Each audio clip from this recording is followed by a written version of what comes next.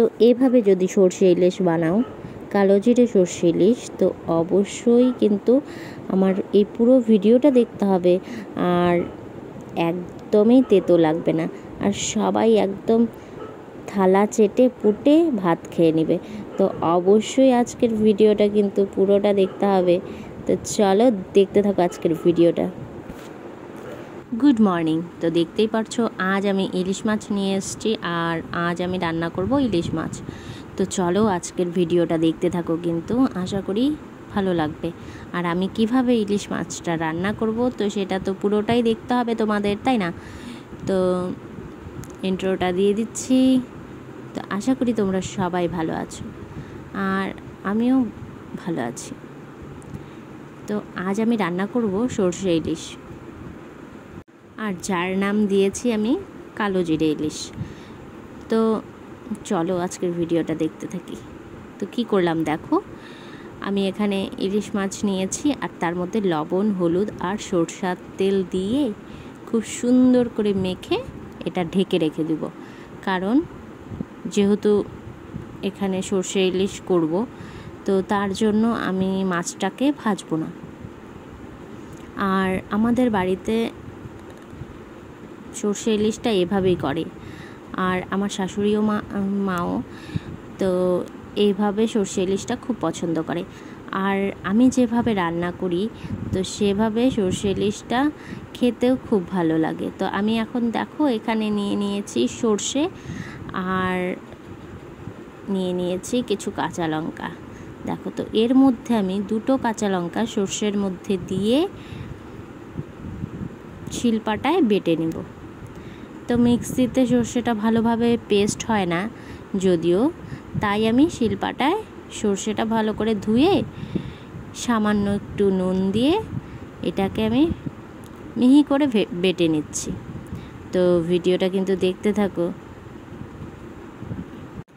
আর কেন আমি এভাবে সর্ষের মধ্যে নুন আর লঙ্কা দিয়ে বেটে নিচ্ছি, তার জন্য বলছি তোমাদেরকে।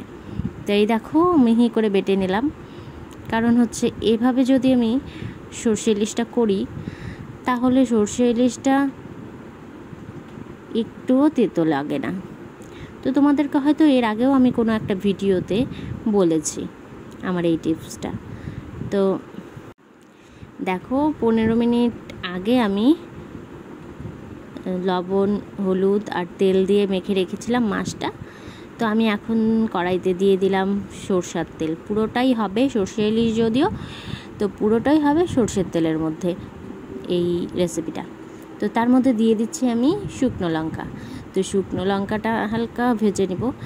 আর এখন দিয়ে দিব আমি কালো জিরে।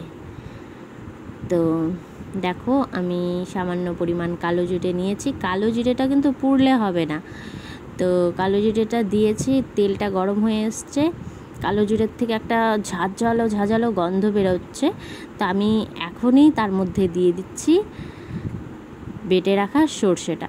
তো এটার মধ্যে একটু সামান্য জল নিয়ে নিয়েছি, আর জল নিয়ে আমি এই গরম তেলের মধ্যে ছেড়ে দিলাম সর্ষেটা। তো যদিও প্রচণ্ড ফুটছিল, তো এখন আমি এর মধ্যে দেখো ভালো করে এটাকে মিশিয়ে নিচ্ছি। আর এটার মধ্যে আমি এখন দিয়ে দিব স্বাদ মতো লবণ আর হলুদ গুঁড়ো। পরিমাণ মতো হলুদ গুঁড়ো দিয়েছি, কারণ হচ্ছে এখানে আমার ছোটো চামচে 1 চামচ হলুদ গুঁড়ো দিয়েছি। আর এখন দেখো লবণটাও দিয়ে দিলাম, কারণ হচ্ছে আগে তো লবণ হলুদ দিয়ে মাছটাকে মেখে রেখেছিলাম, তো সেখানেও হলুদ রয়েছে। আর এখন যদি বেশি দিয়ে দিই তাহলে গন্ধ করবে, তো তার জন্যই আমি হলুদটা এখানে একটু কমই দিলাম। তো এই দেখো এখন দেখো একটু তেল তেল বেরোচ্ছে এর মধ্যে থেকে। তো এখন আমি এর মধ্যে দিয়ে দিচ্ছি হচ্ছে মাছটাকে কিন্তু ভাজিনি, আর এর মধ্যে রয়েছে অনেকটাই সরষের তেল। তো আমি সরষের তেল হলুদ সহকারে সর্ষের মধ্যে দিয়ে দিয়েছি। সর্ষের যে জল ভাবটা সেটা কিন্তু চলে গেছে। আর এখন আমি এটাকে দিয়ে আরও একটু সামান্য জল দিয়ে আমি এটাকে ঢাকা দিয়ে দেব। আর ঢাকা দিয়ে আমি 5 মিনিটের মতো 5-7 মিনিটের মতো এটাকে ভালো করে ফুটিয়ে নেব। আর দেখো ঝোলটা কিন্তু বেশি দিইনি, তো 5-7 মিনিট ভাবে ভালো করে জাল দিলে ফুটিয়ে নিলে আমার সর্ষে ইলিশ একদম রেডি, মানে কালো জিরে সর্ষে ইলিশ। তো এখন আমি এটাকে ঢাকা দিয়ে দিলাম।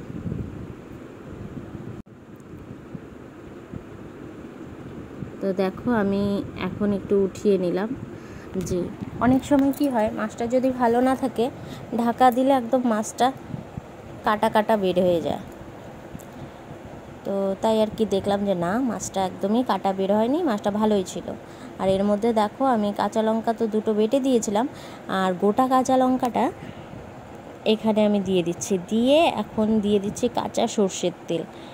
তো এখন আরও 5 মিনিট কাঁচা সর্ষের তেলটা দিয়ে আরও 5 মিনিট ভালো করে ফুটিয়ে নিব, যেন এর থেকে একটা মানে তেল তেল বের হয় আর একটা সর্ষের খুব সুন্দর গন্ধ বের হয়। তারপরেই আমার সর্ষে ইলিশটা একদমই রেডি হয়ে যাবে। সর্ষে ইলিশের থেকে যতক্ষণ না তেল তেল বেরোচ্ছে সেই বাটা সর্ষেটার থেকে, তো ততক্ষণ পর্যন্ত তো অবশ্যই একটু আঁচ কমিয়ে রান্না করতে হবে। কারণ হচ্ছে এখন যদি আঁচটা না কমাই তাহলে কি হবে, নিচ দিয়ে তোমার হচ্ছে তরকারিটা লেগে যাবে। তো ওর জন্যই আমি আঁচটা কমিয়ে দিলাম, আর আঁচ কমিয়ে দিয়ে আরও একটু ভালোভাবে ফুটিয়ে নিচ্ছি।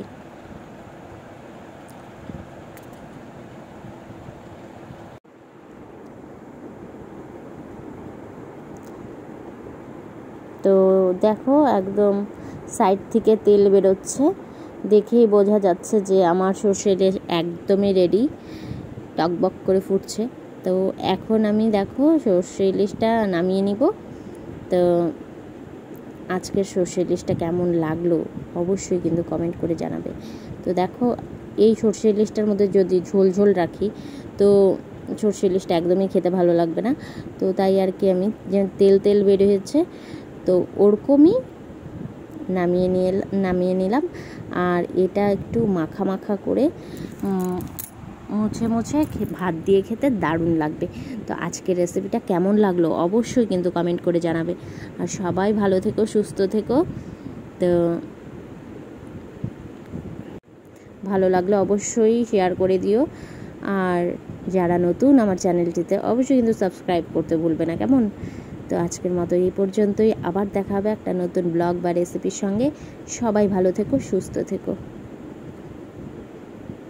আর তোমরা কিন্তু অবশ্যই এভাবে বানানোর চেষ্টা করবে, তাহলে কিন্তু এক ফোঁটাও সর্ষে ইলিশ তেতো লাগবে না।